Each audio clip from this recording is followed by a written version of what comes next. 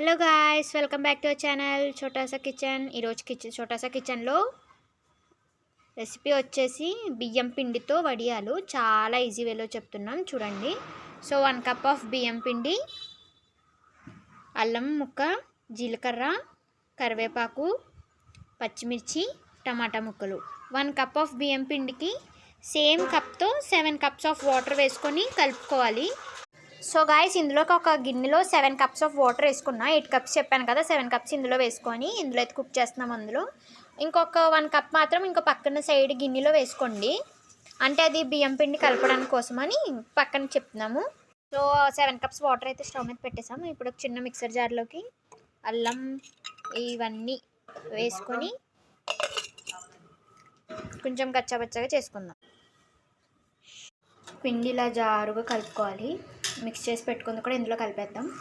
Water అయితే మరుగుతుంది, తగినంత ఉప్పు వేసుకుందాం, కొంచెం పసుపు కూడా వేసేసుకుందాం ఇప్పుడే. అంతే. ఇప్పుడు ఈ మిశ్రమం ఇందులో అయితే కలిపేసి ఇందులో వేసేద్దాం, తర్వాత చూపిస్తాం. ఇలా ఉడకపెట్టుకోవాలండి. మెసర్లో వేసాక చూడండి, కన్సిస్టెన్సీ ఇలా థిక్గా ఉండాలి. ఇప్పుడు ఏం చేయాలంటే ఒక పల్చటి క్లాత్ మీద ఎండలో వేసేసుకోవడమే చిన్న చిన్నగా.